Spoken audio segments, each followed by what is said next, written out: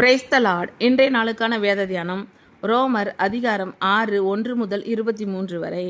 ஆகையால் என்ன சொல்லுவோம்? கிருபை பெருகும்படிக்கு பாவத்திலே நிலை நிற்கலாம் என்று சொல்லுவோமா? கூடாதே. பாவத்துக்கு மரித்த நாம் இனி அதிலே எப்படி பிழைப்போம்? கிறிஸ்து இயேசுக்குள்ளாக ஞானஸ்தானம் பெற்ற நாம் அனைவரும் அவருடைய மரணத்துக்குள்ளாக ஞானஸ்தானம் பெற்றதை அறியாமல் இருக்கிறீர்களா? மேலும் பிதாவின் மகிமையினாலே கிறிஸ்து மரித்தோரிலிருந்து எழுப்பப்பட்டது போல நாமும் புதிதான ஜீவன் உள்ளவர்களாய் நடந்து கொள்ளும்படிக்கு அவருடைய மரணத்துக்குள்ளாக்கும் ஞானஸ்தானத்தினாலே கிறிஸ்துவுடனே கூட அடக்கம் பண்ணப்பட்டோம். ஆதலால் அவருடைய மரணத்தின் சாயலில் நாம் இணைக்கப்பட்டவர்கள் ஆனால் அவர் உயிர்த்தெழுதலின் சாயலிலும் இணைக்கப்பட்டிருப்போம். நாம் இனி பாவத்துக்கு ஊழியம் செய்யாதபடிக்கு பாவ சரீரம் ஒழிந்து போகும் பொருட்டாக நம்முடைய பழைய மனுஷன் அவரோடே கூட சிலுவையில் அறையப்பட்டதென்று அறிந்திருக்கிறோம்.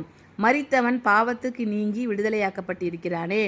ஆகையால் கிறிஸ்துவுடனே கூட நாம் மரித்தோமானால் அவருடனே கூட பிழைத்தும் இருப்போம் என்று நம்புகிறோம். மரித்தோரிலிருந்து எழுந்த கிறிஸ்து இனி மரிப்பதில்லை என்று அறிந்திருக்கிறோம். மரணம் இனி அவரை ஆண்டு கொள்வதில்லை. அவர் மரித்தது பாவத்திற்கென்று ஒரே தரம் மரித்தார். அவர் பிழைத்திருக்கிறது தேவனுக்கென்று பிழைத்திருக்கிறார். அப்படியே நீங்களும் உங்களை பாவத்திற்கு மரித்தவர்களாகவும் நம்முடைய கர்த்தராகிய இயேசு கிறிஸ்துவுக்குள் தேவனுக்கென்று பிழைத்திருக்கிறவர்களாகவும் எண்ணிக்கொள்ளுங்கள். ஆகையால் நீங்கள் சரீர இச்சைகளின்படி பாவத்திற்கு கீழ்ப்படியத்தக்கதாக சாவுக்கு ஏதுவான உங்கள் சரீரத்தில் பாவம் ஆளாதிருப்பதாக நீங்கள் உங்கள் அவயவங்களை அநீதியின் ஆயுதங்களாக பாவத்திற்கு ஒப்புக்கொடாமல் உங்களை மரித்தோரிலிருந்து பிழைத்திருக்கிறவர்களாக தேவனுக்கு ஒப்பு கொடுத்து உங்கள் அவயவங்களை நீதிக்குரிய ஆயுதங்களாக தேவனுக்கு ஒப்புக்கொடுங்கள். நீங்கள் நியாய பிரமாணத்திற்கு கீழ்ப்பட்டிராமல் கிருபைக்கு கீழ்ப்பட்டிருக்கிறபடியால் பாவம் உங்களை மேற்கொள்ள மாட்டாது. இதனால் என்ன? நாம் நியாய பிரமாணத்திற்கு கீழ்ப்பட்டிராமல் கிருபைக்கு கீழ்ப்பட்டிருக்கிறபடியால் பாவம் செய்யலாமா? கூடாதே. மரணத்துக்கு ஏதுவான பாவத்துக்கானாலும் நீதிக்கேதுவான கீழ்ப்படிதலுக்கானாலும் எதற்கு கீழ்ப்படியும்படி உங்களை அடிமைகளாக ஒப்பு கொடுக்கிறீர்களோ அதற்கே கீழ்ப்படுகிற அடிமைகளாய் இருக்கிறீர்கள் என்று அறியீர்களா? முன்னே நீங்கள் பாவத்திற்கு அடிமைகளாய் இருந்தும் இப்பொழுது உங்களுக்கு ஒப்புவிக்கப்பட்ட உபதேச சட்டத்திற்கு நீங்கள் மனப்பூர்வமாய் கீழ்ப்படிந்ததினாலே தேவனுக்கு ஸ்தோத்திரம். பாவத்தினின்று நீங்கள் விடுதலையாக்கப்பட்டு நீதிக்கு அடிமைகள் ஆனீர்கள். உங்கள் மாம்ச பலவீனத்தின் நிமித்தம் மனுஷர் பேசுகிற பிரகாரமாய் பேசுகிறேன். அக்கிரமத்தை நடப்பிக்கும்படி முன்னே நீங்கள் உங்கள் அவயவங்களை அசுத்தத்திற்கும் அக்கிரமத்திற்கும் அடிமைகளாக ஒப்பு கொடுத்தது போல இப்பொழுது பரிசுத்தமானதை நடப்பிக்கும்படி உங்கள் அவயவங்களை நீதிக்கு அடிமைகளாக ஒப்புக்கொடுங்கள். பாவத்திற்கு நீங்கள் அடிமைகளாய் இருந்த காலத்தில் நீதிக்கு நீங்கினவர்களாய் இருந்தீர்கள். இப்பொழுது உங்களுக்கு வெட்கமாக தோன்றுகிற காரியங்களினாலே அக்காலத்தில் உங்களுக்கு என்ன பலன் கிடைத்தது? அவைகளின் முடிவு மரணமே. இப்பொழுது நீங்கள் பாவத்தினின்று விடுதலையாக்கப்பட்டு தேவனுக்கு அடிமைகள் ஆனதினால் பரிசுத்தமாக்குதல் உங்களுக்கு கிடைக்கும் பலன் முடிவோ நித்திய ஜீவன். பாவத்தின் சம்பளம் மரணம். தேவனுடைய கிருபை வரமோ நம்முடைய கர்த்தராகிய இயேசு கிறிஸ்துவினால் உண்டான நித்திய ஜீவன். ஆகையால் என்ன சொல்லுவோம்? கிருபை பெருகும்படிக்கு பாவத்திலே நிலை நிற்கலாம் என்று சொல்லுவோமா? கூடாதே. பாவத்துக்கு மரித்த நாம் இனி அதிலே எப்படி பிழைப்போம்? கிறிஸ்து இயேசுக்குள்ளாக ஞானஸ்தானம் பெற்ற நாம் அனைவரும் அவருடைய மரணத்துக்குள்ளாக ஞானஸ்தானம் பெற்றதை அறியாமல் இருக்கிறீர்களா? மேலும் பிதாவின் மகிமையினாலே கிறிஸ்து மரித்தோரிலிருந்து எழுப்பப்பட்டது போல நாமும் புதிதான ஜீவன் உள்ளவர்களாய் நடந்து கொள்ளும்படிக்கு அவருடைய மரணத்திற்குள்ளாக்கும் ஞானஸ்தானத்தினாலே கிறிஸ்துவுடனே கூட அடக்கம் பண்ணப்பட்டோம். ஆதலால் அவருடைய மரணத்தின் சாயலில் நாம் இணைக்கப்பட்டவர்கள் ஆனால் அவர் உயிர்த்தெழுதலின் சாயலிலும் இணைக்கப்பட்டிருப்போம்.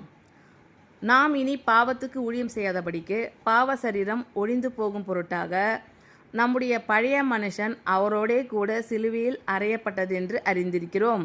மரித்தவன் பாவத்துக்கு நீங்கி விடுதலையாக்கப்பட்டிருக்கிறானே.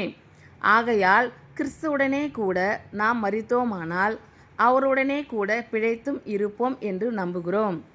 மரித்தோரிலிருந்து எழுந்த கிறிஸ்து இனி மரிப்பதில்லை என்று அறிந்திருக்கிறோம். மரணம் இனி அவரை ஆண்டு கொள்வதில்லை. அவர் மரித்தது பாவத்திற்கென்று ஒரே தரம் மரித்தார். அவர் பிழைத்திருக்கிறது தேவனுக்கென்று பிழைத்திருக்கிறார். அப்படியே நீங்களும் உங்களை பாவத்திற்கு மரித்தவர்களாகவும் நம்முடைய கர்த்தராகிய இயேசு கிறிஸ்துவுக்குள் தேவனுக்கென்று பிழைத்திருக்கிறவர்களாகவும் எண்ணிக்கொள்ளுங்கள். ஆகையால் நீங்கள் சரீர இச்சைகளின்படி பாவத்திற்கு கீழ்ப்படியத்தக்கதாக சாவுக்கு ஏதுவான உங்கள் சரீரத்தில் பாவம் ஆளாதிருப்பதாக நீங்கள் உங்கள் அவயவங்களை அநீதியின் ஆயுதங்களாக பாவத்திற்கு ஒப்புக்கொடாமல் உங்களை மரித்தோரிலிருந்து பிழைத்திருக்கிறவர்களாக தேவனுக்கு ஒப்புக்கொடுத்து உங்கள் அவயவங்களை நீதிக்குரிய ஆயுதங்களாக தேவனுக்கு ஒப்புக்கொடுங்கள். நீங்கள் நியாயப்பிரமாணத்திற்கு கீழ்ப்பட்டிராமல் கிருபைக்கு கீழ்ப்பட்டிருக்கிறபடியால் பாவம் உங்களை மேற்கொள்ள மாட்டாது. இதனால் என்ன? நாம் நியாயப்பிரமாணத்திற்கு கீழ்ப்பட்டிராமல் கிருபைக்கு கீழ்ப்பட்டிருக்கிறபடியால் பாவம் செய்யலாமா? கூடாதே. மரணத்துக்கு ஏதுவான பாவத்துக்கானாலும் நீதிக்கேதுவான கீழ்ப்படிதலுக்கானாலும் எதற்கு கீழ்ப்படியும்படி உங்களை அடிமைகளாக ஒப்பு கொடுக்கிறீர்களோ அதற்கே கீழ்ப்படுகிற அடிமைகளாய் இருக்கிறீர்கள் என்று அறியீர்களா? முன்னே நீங்கள் பாவத்திற்கு அடிமைகளாய் இருந்தும் இப்பொழுது உங்களுக்கு ஒப்புவிக்கப்பட்ட உபதேச சட்டத்திற்கு நீங்கள் மனப்பூர்வமாய் கீழ்ப்படிந்ததினாலே தேவனுக்கு ஸ்தோத்திரம். பாவத்தினின்று நீங்கள் விடுதலையாக்கப்பட்டு நீதிக்கு அடிமைகள் ஆனீர்கள். உங்கள் மாம்ச பலவீனத்தின் நிமித்தம் மனுஷர் பேசுகிற பிரகாரமாய் பேசுகிறேன்.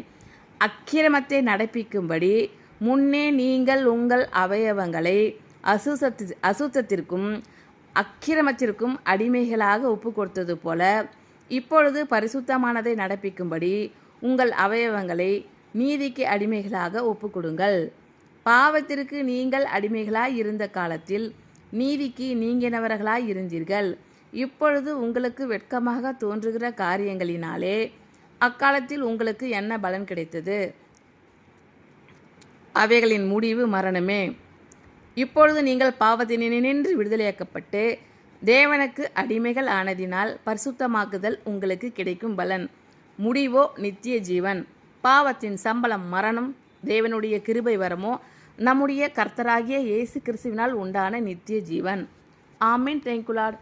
கர்த்தர் உங்கள் அனைவரையும் ஆசீர்வதிப்பாராக. God bless you all.